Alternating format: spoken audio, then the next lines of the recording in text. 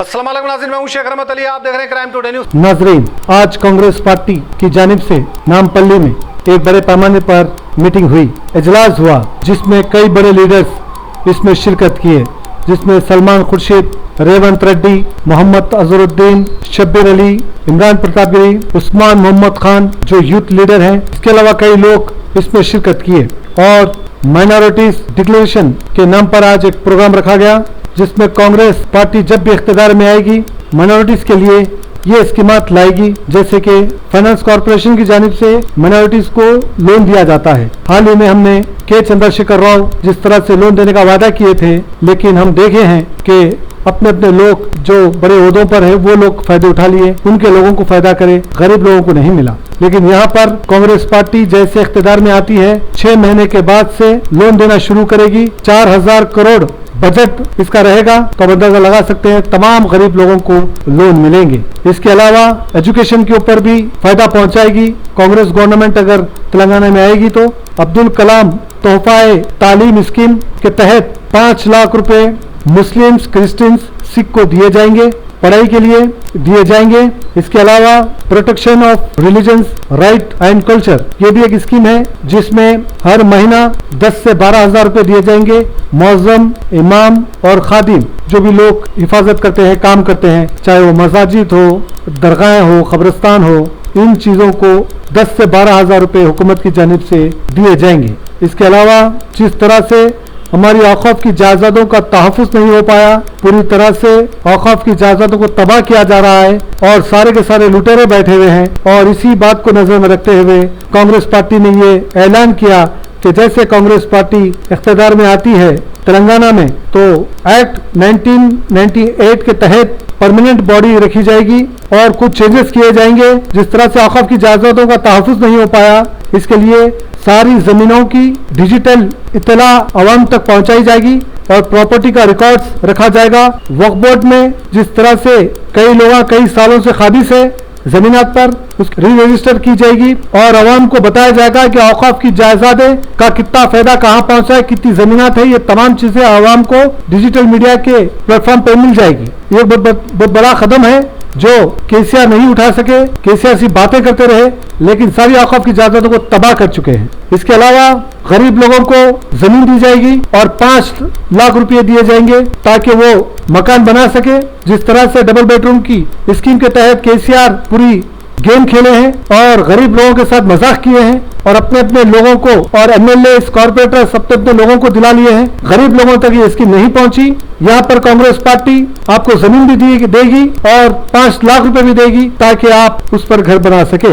इसके अलावा जिस तरह से शादी मुबारक स्कीम चल रही है केसीआर की जानिब से, वहीं पर कांग्रेस पार्टी अगर इख्तियार में आएगी, हुकूमत बनाएगी, तो कांग्रेस पार्टी की जानिब से 1,60,000 रुपए नए शादी का जो कपल होता है, जो मियाँ बीवी होते हैं, जो 1 लाख चिल्लर रुपए जिस तरह से केसीआर दे रहे हैं, वहीं पर 1,60,000 रुपए कांग्रेस देगी। इसके अलावा कई ऐसे स्कीमात है जो अवाम के फायदे के लिए है। बहरहाल यहाँ पर तमाम लोगों ने अपने ख्यालात का इजहार किया और कहा कि अगर कांग्रेस पार्टी को अवाम यहाँ पर तेलंगाना में लाती है भारी अक्सरियत से और हुकूमत यहाँ पर कांग्रेस पार्टी बनाती है, तो फिर आने वाले टाइम में यानी 2024 में नरेंद्र मोदी को हराने में कांग्रेस को देर नहीं लगेगी। क्योंकि जिस तरह से छोटे पार्टी वाले हैं जैसे बीआरएस है, ये पार्टी कभी भी भारतीय जनता पार्टी यानी बीजेपी से नहीं लड़ सकती, बस उनका साथ देती है। माजी में के चंद्रशेखर राव ट्रिपल तलाक में साथ दिए। हाल ही में केसीआर कई ऐसे बिल हैं जो मुसलमानों के खिलाफ, माइनॉरिटीज के खिलाफ बिल है, वो बिलों में भारतीय जनता पार्टी से मिलकर उनको साथ दिए हैं। यानी के चंद्रशेखर राव को अगर आप जिताएंगे तो उनकी कोई हैसियत नहीं होगी कि वो कुछ कम कर सके, या जिस तरह से गैस सिलेंडर है, राशन है, या बढ़ती हुई महंगाई है, पेट्रोल है, डीजल है, इस पर केसीआर कुछ काबू नहीं कर पाएंगे। वहीं पर कांग्रेस अगर हुकूमत बनाती है तो ये तमाम चीजों पर कंट्रोल हो जाएगा। इस तरह से उन्होंने कहा। मजीद उन्होंने कहा कि आवाम को अब उजागर होना है, हिंदू मुसलमान नहीं करना है, डेवलपमेंट पे बात करना है और कांग्रेस पार्टी को जिताएंगे तो यकीनन आने वाले टाइम में आवाम का ही फायदा होगा। इसलिए कि कर्नाटका में भारतीय जनता पार्टी की हुकूमत थी, जहाँ पे हलाला का मसला चला, जहाँ पर नकाब हिजाब का मसला चला, जहाँ पर अज़ा का मसला चला, जहाँ पर मुसलमानों के कारोबारों को लेकर मसला चला, भारतीय जनता पार्टी हर तरीके से वहां पर मुसलमानों के साथ, माइनॉरिटीज के साथ बहुत ज्यादा जुल्म ज्यादती कर रही थी। वहां पर सारे माइनॉरिटीज और मुसलमान एक हुए और एक होकर कांग्रेस पार्टी को इख्तियार में लाए और आज वहां पर अमन बरकरार है। वहां पर खवातीनों के लिए बस फ्री है, वहां पर अज़ा का मसला अब नहीं है, वहां पर हलाल का मसला नहीं है, वहां पर लोगों के कारोबार करने का मसला नहीं है। हर काम हर कोई खुलेआम कर सकता है, हर किसी को यह आजादी है। तेलंगाना में भी अगर कांग्रेस को लाएंगे तो ये तमाम चीजें होंगी।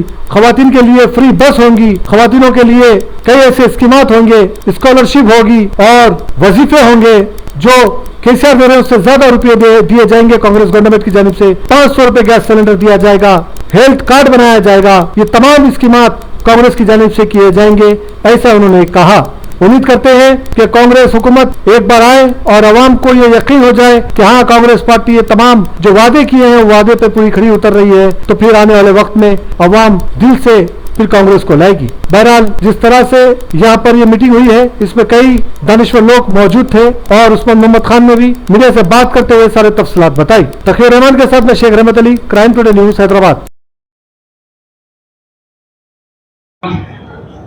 सदर जलसा और हमारे पार्टी के एक बहुत जगमगाते हुए रहनुमा हमारे तेलंगाना में और सारे मौजूद साथी यहाँ बैठे हैं। इस वक्त बहुत लंबी बात कहने का मौका नहीं है, मैं सिर्फ ये कहना चाहता हूँ, कभी आपको वो लम्हा याद होगा, आज है मोहब्बत का फैसला, आज तेरा मुकद्दर बदल जाएगा। आप ये याद रखें कि ये डिक्लेरेशन, ये ऐलान दिल की गहराई से है और आपकी जो कुर्बानियां हैं इस मुल्क के लिए, तेलंगाना के लिए जो कुर्बानियां हैं, उनको सामने रखकर ये ऐलान किया है। और इस ऐलान में सिर्फ हमारा मकसद और हमारी तवज्जो इस बात पर है कि हिंदुस्तान की अक़लियत, तेलंगाना की अक़लियत का मुकद्दर बदल जाए। इसमें कोई ऐसी बात नहीं जो हमारा आईन, हमारा कानून हमको जिसकी इजाज़त नहीं देता। हमारा मकसद ये नहीं है कि हम किसी को अलग हटाकर कुछ दे दें। हमारा मकसद ये है कि हम एक ख़ानदान में बराबर की हैसियत से बैठें और उस ख़ानदान में हिंदू, मुसलमान, सिख, ईसाई सब लोग ये कहें कि हर एक का हिस्सा है और हर एक का हिस्सा दिया जा रहा है। और इसलिए हर एक अपनी जिम्मेदारी मानता है कि हम मुश्तरक एक ऐसा निज़ाम बनाएं, एक मुश्तरक ऐसा अपनी व्यवस्था बनाएं जिसमें हर एक को कहने का मौका हो कि मेरा भी हक था, मुझे मिला है। अगर हक मिल जाए तो उससे बेहतर और कोई सियासत है नहीं। तो मान लीजिए आज हक की सियासत है, आज इंसाफ की सियासत है, आज बिरादराने वतन को जोड़ने की सियासत है, आज हिंदू मुसलमान इख्तिलाफ कोई पैदा करना चाहे उसको मुंह तोड़ जवाब देने की सियासत है कि हम गंगा जमनी तहजीब में यकीन रखते हैं और गंगा जमनी तहजीब को लेकर हमें आगे बढ़ना है। आइए आप हजरात से इल्तिजा सिर्फ इसी बात की है कि इतना अच्छा काम हो रहा है, इतना बेहतर काम हो रहा है, इसको अंजाम देने के लिए आपको हाथ पर वोट डालना होगा। हाथ वो हाथ है जो उठाकर आप किस्मत के लिए दुआ करते हैं, हाथ वो हाथ है जिससे आप शफकत पहुंचाते हैं, हाथ ये वो हाथ है जिसमें आपके बच्चों की किस्मत है। आइए इस हाथ पर नई किस्मत लिख कर दिखा दे। एक दफ़ा आपने साथ दिया है, बहुत बहुत शुक्रिया। हमारे तेलंगाना की जय हो। हमारे हिंदुस्तान को हम लोग हमेशा महफूज रखें और हिंदुस्तान को आगे बढ़ाते रहें। हम यहाँ बैठे अपने सद्र के साथ बैठे हैं, उम्मीद करते हैं कि सद्र के साथ एक हुजूम चलेगा और हुजूम चलते हुए तेलंगाना की फिजा बदल देगा, हवा बदल देगा और तस्वीर बदल डालेगा। आइए उस तस्वीर का हम इंतजार करें। बहुत बहुत शुक्रिया।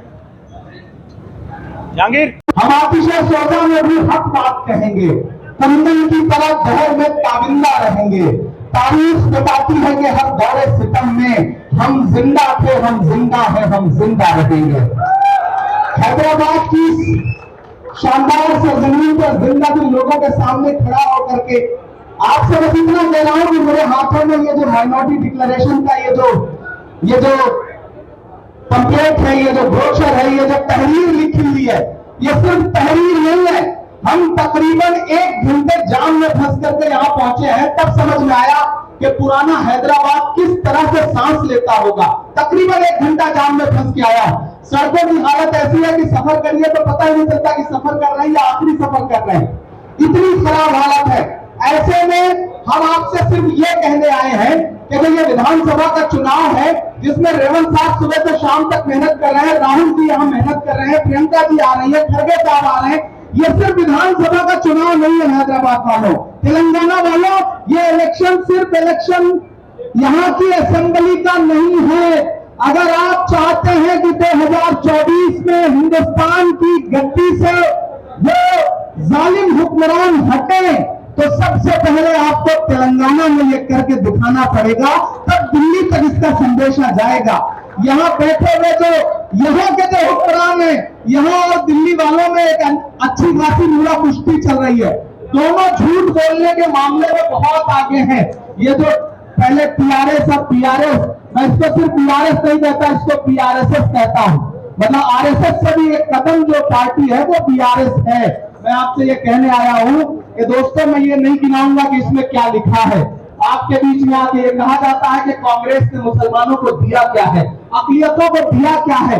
मैं सिर्फ आपसे 2-3 बातें कह रहा हूँ कि वो कांग्रेस पार्टी ही है जिसने डॉक्टर जाकिर हुसैन को इस देश का राष्ट्रपति बनाया। वो कांग्रेस पार्टी है जिसने फखरुद्दीन अली अहमद साहब को इस देश का राष्ट्रपति बनाया। वो कांग्रेस पार्टी है जिसने मौलाना अबुल कलाम आजाद साहब को इस देश का पहला शिक्षा मंत्री बनाया। वो कांग्रेस पार्टी है जिसने सैयदा अनवरा तैमूर को असम का मुख्यमंत्री बनाया। वो कांग्रेस पार्टी है जिसने अब्दुल रहमान अंतुले को महाराष्ट्र का मुख्यमंत्री बनाया। वो कांग्रेस पार्टी है जिसने बरकतुल्लाह साहब को राजस्थान का मुख्यमंत्री बनाया। वो कांग्रेस पार्टी है जिसने अब्दुल गफूर साहब को बिहार का मुख्यमंत्री बनाया। वो कांग्रेस पार्टी है जिसने सलमान खुर्शीद साहब जैसा हीरा उठाया और उन्हें सेंट्रल मिनिस्टर बना करके बड़ी जिम्मेदारियां सौंपी, विदेश मंत्री बनाया। वो कांग्रेस पार्टी है जो हर दौर में एक ऐसे वक्त में जब लोग आपकी परछाई से बच रहे थे, तब नफरतों को मिटाने के लिए 4000 किलोमीटर पैदल चला। कौन? राहुल गांधी। अपने पैर के छालों की परवाह किए बगैर आपके लिए चलता रहा। वो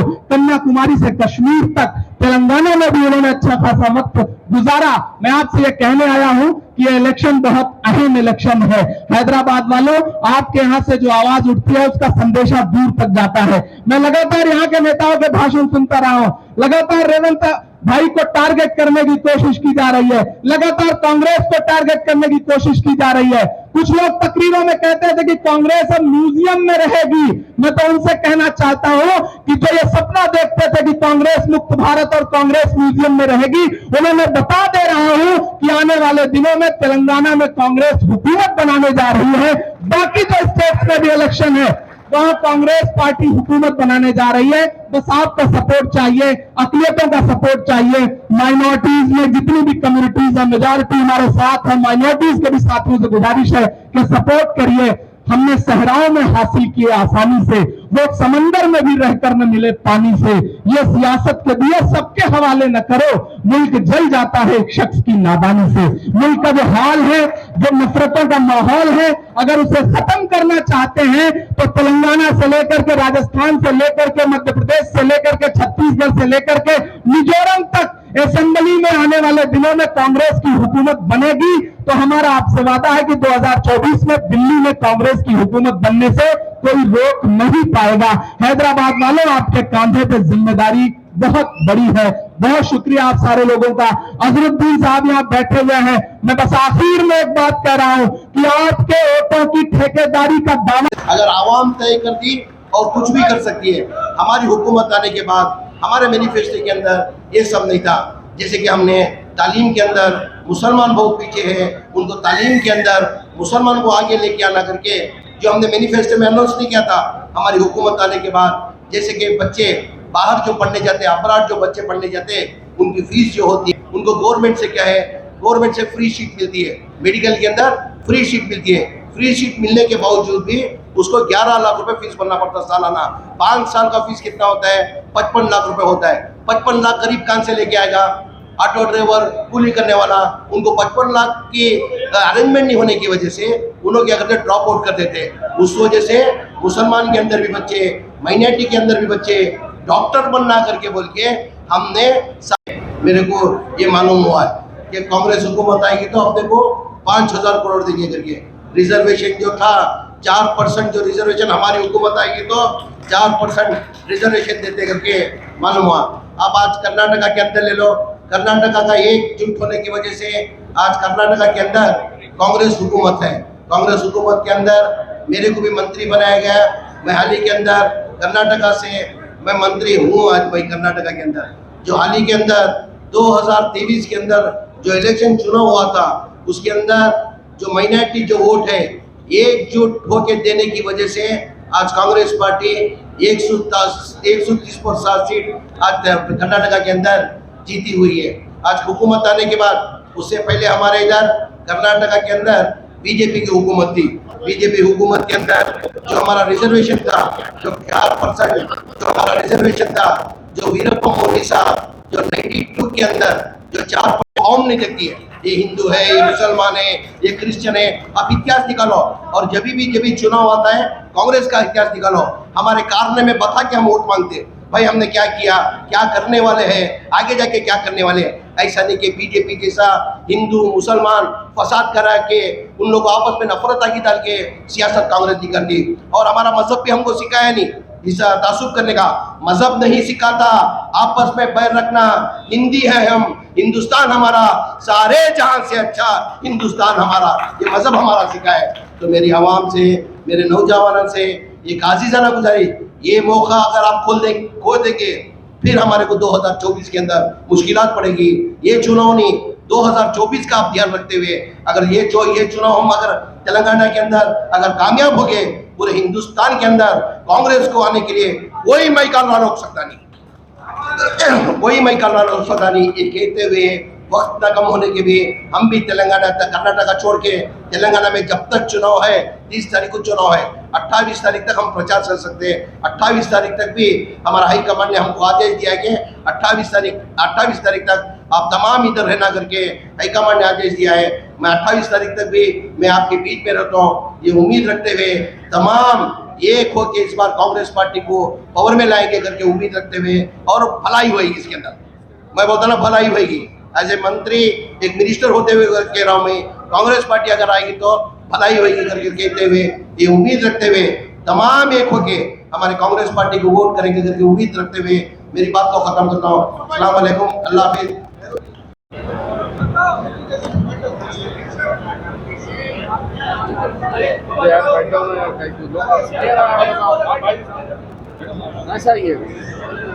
मित्रों, आज शाम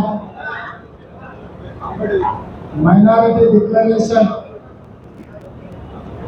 हमारे माइनॉरिटी डिक्लेरेशन कमेटी के चेयरमैन जनाब मोहम्मद अली शबीर जी, उनके नेतृत्व में हम लोग माइनॉरिटी डिक्लेरेशन का कमेटी बना के सबसे जितने भी क्रिश्चियन माइनॉरिटी, मुस्लिम माइनॉरिटी, सिख माइनॉरिटी के जो बड़े बड़े डॉक्टर, इंजीनियर, बड़े लोगों से मिलकर हमारा ये माइनॉरिटी डिक्लेरेशन बना है। ये माइनॉरिटी डिक्लेरेशन रिलीज के लिए CWC member, former union minister Salman Khurshid साहब और ऐसे कर्नाटका मिनिस्टर जमील अहमद साहब, अजहरुद्दीन साहब और बाकी का हमारे मंसूर अली ऐसे सेक्रेटरी, बाकी के बहुत सारे दोस्तों, नेता लोग, सब लोग इधर आए। खासकर महबूब आलम खान साहब भी यहाँ पर मौजूद है। आने वाले दिनों में जो कांग्रेस की सरकार, आम जनता की सरकार बनने के बाद आगे कांग्रेस पार्टी हमारे मुस्लिम माइनॉरिटी और क्रिश्चियन माइनॉरिटी भाइयों के लिए हमारा मैनिफेस्टो, हमारा डिक्लेरेशन श्री मल्लिकार्जुन खड़गे जी, श्रीमती सोनिया गांधी जी नेतृत्व में, और खासकर हमारे भाई राहुल गांधी जी कन्याकुमारी से लेकर कश्मीर तक 150 डेज 4000 किलोमीटर पैदल चलते चलते सब लोगों से मिले, किसानों से मिले, महिलाओं से मिले, महिलाओं से मिले, विद्यार्थियों से मिले, निरुद्योग युवता लोगों से मिले, सबसे मिलकर सबका राय सुनकर हर दिन शाम को 5 मिनट वो बोलते गया।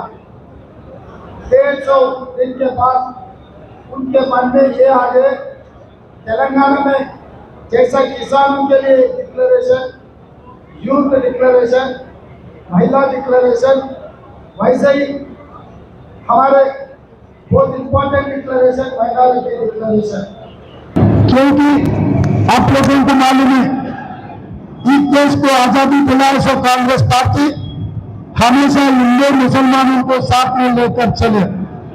हिंदू मुसलमानों का मतलब तो आएंगे कांग्रेस के लिए।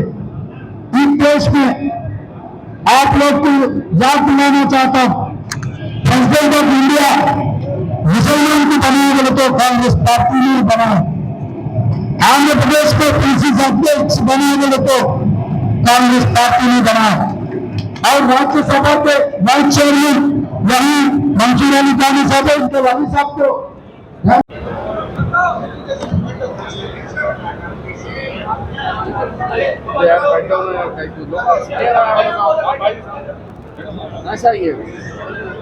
मित्रों, आज शाम माइनॉरिटी डिक्लेरेशन, हमारे माइनॉरिटी डिक्लेरेशन कमेटी के चेयरमैन जनाब मोहम्मद अली शबीर जी, उनके नेतृत्व में हम लोग माइनॉरिटी डिक्लेरेशन का कमेटी बना के सबसे जितने भी क्रिश्चियन माइनॉरिटी, मुस्लिम माइनॉरिटी, सिख माइनॉरिटी के जो बड़े बड़े डॉक्टर, इंजीनियर, बड़े लोगों से मिलकर हमारा ये माइनॉरिटी डिक्लेरेशन बना है।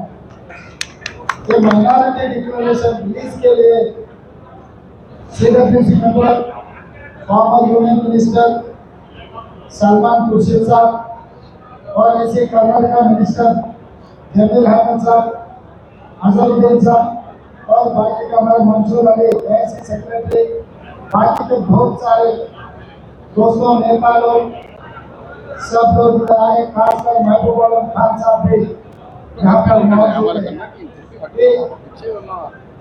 आने वाले दिनों में जो कांग्रेस की सरकार, आम जनता की सरकार बनने के बाद आगे कांग्रेस पार्टी हमारे मुस्लिम माइनॉरिटी और क्रिश्चियन माइनॉरिटी भाइयों के लिए हमारा मैनिफेस्टो, हमारा डिक्लेरेशन श्री मल्लिकार्जुन खड़गे जी, श्रीमती सोनिया गांधी जी नेतृत्व में और खासकर हमारे भाई राहुल गांधी जी कन्याकुमारी से लेकर कश्मीर तक 150 डेज 4000 किलोमीटर पैदल चलते चलते सब लोगों से मिले, किसानों से मिले, महिलाओं से मिले, महिलाओं से मिले, विद्यार्थियों से मिले, निरुद्योग युवता लोगों से मिले, सबसे मिलकर सबका राय सुनकर हर दिन शाम को 5 मिनट वो बोलते गया। 150 दिन के बाद उनके मन में ये आ गए, तेलंगाना में जैसा किसानों के लिए डिक्लेरेशन, यूथ डिक्लेरेशन, महिला डिक्लेरेशन, वैसे ही हमारे बहुत इंपॉर्टेंट डिक्लेरेशन माइनॉरिटी डिक्लेरेशन। क्योंकि आप लोगों को मालूम है इस देश को आजादी दिलाए सो कांग्रेस पार्टी हमेशा हिंदू मुसलमानों को साथ में लेकर चले। हिंदू मुसलमानों का मतलब तो आएंगे कांग्रेस के लिए। इस देश में आप लोग को याद दिलाना चाहता हूं, प्रेसिडेंट ऑफ इंडिया मुसलमान को बनाए बोले तो कांग्रेस पार्टी ने बनाया। आंध्र प्रदेश को पीसीसी अध्यक्ष बनाए बोले तो कांग्रेस पार्टी ने बनाया। और राज्यसभा के वाइस चेयरमैन वही मंसूर अली खान साहब है, उनके वाली साहब को 20 साल में उनके मंत्री बना हमारी चंदा रेड्डी जी ने। यूथ कांग्रेस के कोटा में उनके एमएलए टिकट मिले थे, पहली बार चुनाव जीत गई, उनको मंत्री बना। और यहाँ पर जरूर भाई है, कर्नाटक में आज के तारीख में 2 मंत्री और असेंबली का स्पीकर बना है माइनॉरिटी को। तो कभी भी सीएम पॉलिटिकल सिक्योरिटी आल्सो अगर जमींदार बोल रहे मुसलमान को मौका दिए। और उसी साथ तो आपको पता है लॉ मिनिस्टर सब साल किए, उनके हाथों से बहुत सारे लोगों को हाई कोर्ट जज, सुप्रीम कोर्ट जज ने बनाया, उनके हाथों से आज यहाँ पर मौजूद है। तो मैं ये बात याद दिलाना चाहता हूँ। और हमारे डिक्लेरेशन के बारे में माइनॉरिटी ये SC/ST सप्लान जैसे है, वैसे हमारे रिजवान भाई की बांग्ली से एमएलए तीसरी बार, रिजवान भाई की मेरा पार्लियामेंट के इंचार्ज है, रिजवान भाई की भी मैं वेलकम करता हूँ। हमारे तरफ से एक ही बात है, माइनॉरिटी डिक्लेरेशन का मतलब खाली ये कागज रिलीज करने का नहीं है, ये हमारी जिम्मेदारी है। हमारे बड़े लोग बोले 100 बतना 1 लिखना, ये लिख के आप लोगों को हम गारंटी दे रहे, ये गारंटी निभाने की जिम्मेदारी मेरी है। मेरे तरफ से कांग्रेस के अध्यक्ष सोनिया जी की, राहुल जी के नेतृत्व में जो हमारे माइनॉरिटी भाइयों को जो गारंटी दे रहे, ये गारंटी निभाने का जिम्मेदारी मेरा है। क्योंकि बात ये तो पीछे न हटते, 2004 में बात बोले तेलंगाना देने के लिए हमारा पार्टी सोनिया जी तेलंगाना दे के आप लोगों को पूरा तेलंगाना एक स्टेट बने।